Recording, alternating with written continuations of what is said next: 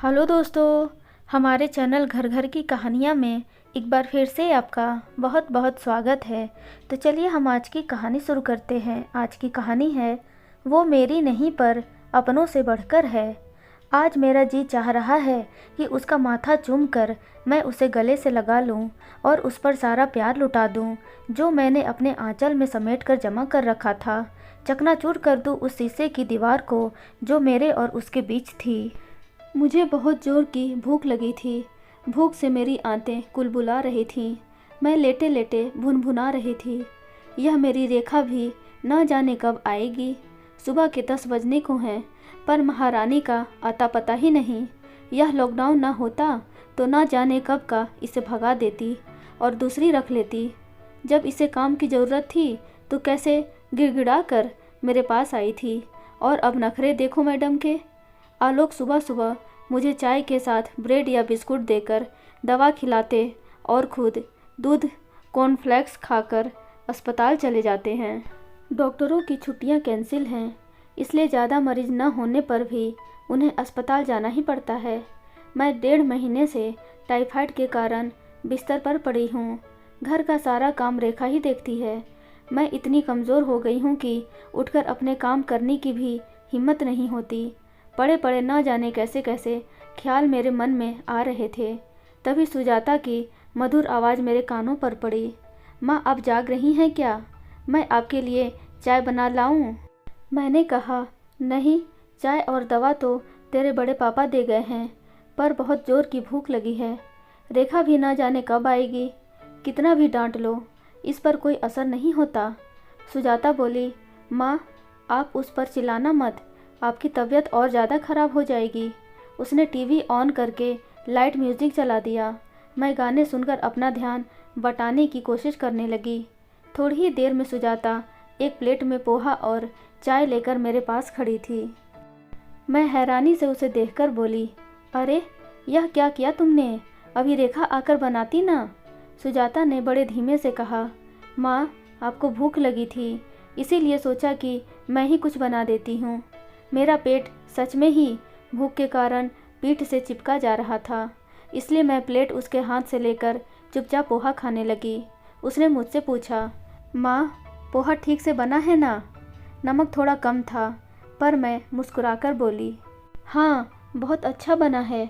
तुमने यह कब बनाना सीखा? यह सुनकर उसकी आंखों में जो संतोष और खुशी की चमक मुझे दिखी, वह मेरे मन को छू गई। जब से मैं बीमार पड़ी हूँ, मेरे पति और बच्चों से भी ज़्यादा मेरा ध्यान सुजाता रखती है। मेरे कुछ बोलने से पहले ही वह समझ जाती है कि मुझे क्या चाहिए। मुझे याद आने लगा वह दिन जब मेरे देवर देवरानी अपनी नन्ही सी बिटिया के साथ शॉपिंग करके लौट रहे थे। सामने से आती एक तेज़ रफ्तार कार ने उनकी कार में टक्कर मार दी। वे दोनों बुरी तरह घायल हो गए। देवर ने तो अस्पताल ले जाते समय रास्ते में ही दम तोड़ दिया था और देवरानी 1 हफ्ते तक अस्पताल में ज़िंदगी और मौत से जूझने के बाद भगवान को प्यारी हो गई। अस्पताल में जब अर्धचैतन्य अवस्था में देवरानी ने नन्ही सुजाता का हाथ आलोक के हाथों में थमाते हुए कतार निगाहों से देखा तो वह फपक फपक कर रो पड़े।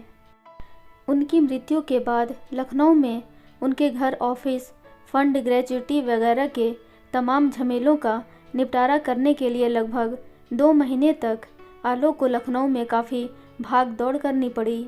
सारी औपचारिकताएं पूरी करने के बाद सुजाता की कस्टडी का प्रश्न उठा।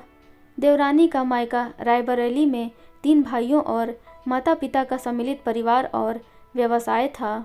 वे चाहते थे कि सुजाता की कस्टडी उन्हें ही दी जाए। उनके बड़े भैया बोले, सुजाता हमारी बहन की एकमात्र निशानी है, हम उसे अपने साथ ले जाना चाहते हैं। इस पर आलोक ने कहा कि सुजाता मेरे भाई की भी एकमात्र निशानी है। वहीं आलोक के पिताजी बोले, सुजाता कहीं नहीं जाएगी, मेरे बेटे की बिटिया हमारे घर में ही रहेगी। इस पर देवरानी का छोटा भाई बिगड़ कर बोला, मैं अपनी भांजी का हक किसी को नहीं मारने दूंगा। आप लोग मेरे भाई बहनोई की सारी संपत्ति पर कब्जा करना चाहते हैं, इसीलिए सुजाता को अपने पास रखना चाहते हैं। इस विषय पर आलोक और माँ बाबूजी की उनसे बहुत बहस हुई। आलोक और बाबूजी जानते थे कि उन लोगों की नज़र मेरे देवर के लखनऊ वाले मकान और रुपयों पैसों पर थी। सुजाता के नाना नानी बहुत बुजुर्ग थे, वे उसकी देखभाल करने में सक्षम नहीं थे। अंत में आलोक ने सबको बैठाकर निर्णय लिया कि अम्मा बाबूजी बहुत बुजुर्ग हैं और गांव में सुजाता की पढ़ाई लिखाई का उचित इंतजाम नहीं हो सकता, इसलिए सुजाता मेरे साथ रहेगी। भैया का लखनऊ वाला मकान सुजाता के नाम कर दिया जाएगा और उसे किराए पर उठा दिया जाएगा। उसका जो भी किराया आएगा उसे सुजाता के अकाउंट में जमा कर दिया जाएगा। भैया के ऑफिस से मिला फंड वगैरह का रुपया भी सुजाता के नाम से फिक्स कर दिया जाएगा, जो उसकी पढ़ाई लिखाई और शादी ब्याह में खर्च होगा। आलोक के इस फैसले से मैं सहम गई। उस समय तो कुछ न कह पाई, पर अपने 2 छोटे बच्चों के साथ एक और बच्चे की जिम्मेदारी उठाने के लिए मैं बिल्कुल तैयार नहीं थी। अभी तक जिस सहानुभूति के साथ मैं उसकी देखभाल कर रही थी, वह विलुप्त होने लगी। मैंने डरते डरते आलोक से कहा, सुनिए, मुझे लगता है कि आपको सुजाता को उसके नाना नानी को दे देना चाहिए। नाना नानी और मामा के बच्चों के साथ वह ज़्यादा खुश रहेगी। आलोक शायद मेरी मंशा भांप गए और मेरे कंधे पर सिर रखकर रो पड़े। कातर नज़रों से मेरी ओर देखते हुए बोले, अंजू, आनंद मेरा इकलौता भाई था, वह मुझे इस तरह छोड़ जाएगा, यह सपने में भी नहीं सोचा था। सुजाता मेरे पास रहेगी तो मुझे लगेगा मानो मेरा भाई मेरे पास है। मैंने उन्हें जीवन में पहली बार इतना मायूस और लाचार देखा था। वह बच्चों की तरह बिलखते हुए बोले, अंजू, मेरे माता पिता और सुजाता को अब तुम्हें ही संभालना है। उनको इतना व्यथित देख मैंने चुपचाप नियति को स्वीकार कर लिया। बाबूजी इस गम को सह ना पाए। हार्ट पेशेंट तो थे ही, महीने भर बाद दिल का दौरा पड़ने से परलोक सिधार गए। बाबूजी के जाने के बाद तो अम्मा मानो अपनी सुध-बुध ही खो बैठी। न खाने का होश रहता, न नहाने धोने का। हर समय पूजा पाठ में व्यस्त रहने वाली अम्मा अब आरती का दिया भी न जलाती थीं।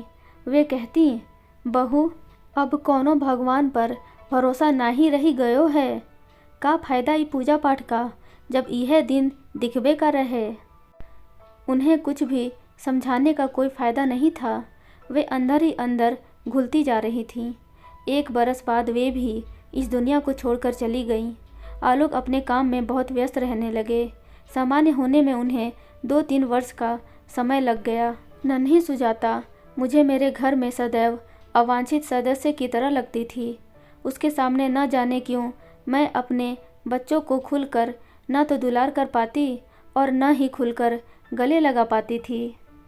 मैं अपने बच्चों के साथ साथ उसे भी तैयार करके स्कूल भेजती और उसकी सारी ज़रूरतों का ध्यान रखती, पर कभी गले से लगाकर दुलार न कर पाती। समय कब हथेलियों से सरक कर चुपके चुपके पंख लगाकर उड़ जाता है, इसका हमें एहसास ही नहीं होता। कब तीनों बच्चे बड़े हो गए और कब मैं सुजाता की बड़ी माँ से सिर्फ माँ हो गई, मुझे पता ही नहीं चला। मैं उसे कुछ भी नहीं कहती थी, पर सुजय और शीतल को जो भी इंस्ट्रक्शन देती वह उन्हें चुपचाप फॉलो करती। उन दोनों को तो मुझे होमवर्क करने, दूध पीने और खाने के लिए टोकना पड़ता था, पर सुजाता अपना सारा काम समय से करती थी। मुझे पेंटिंग बनाने का बड़ा शौक़ था। घर की जिम्मेदारियों की वजह से मैं अपने इस शौक़ को आगे तो नहीं बढ़ा पाई, पर बच्चों के प्रोजेक्ट में और जब तब साड़ियों, कुर्तों और कपड़ों के बैग वगैरह पर अपना हुनर आजमाया करती थी। जब भी मैं कुछ इस तरह का काम करती तो सुजाता भी अपनी ड्राइंग बुक और कलर्स के साथ मेरे पास आकर बैठ जाती और अपनी कल्पनाओं को रंग देने का प्रयास करती। यदि कहीं कुछ समझ में ना आता तो बड़ी मासूमियत से पूछती, बड़ी माँ, इसमें यह वाला रंग करूँ अथवा ये वाला ज़्यादा अच्छा लगेगा। उसकी कला में दिनों दिन निखार आता गया। विद्यालय की ओर से उसे सभी प्रतियोगिताओं के लिए भेजा जाने लगा और हर प्रतियोगिता में उसे कोई न कोई पुरस्कार अवश्य मिलता। पढ़ाई में भी अव्वल वह अपने सभी शिक्षक शिक्षिकाओं की लाडली थी।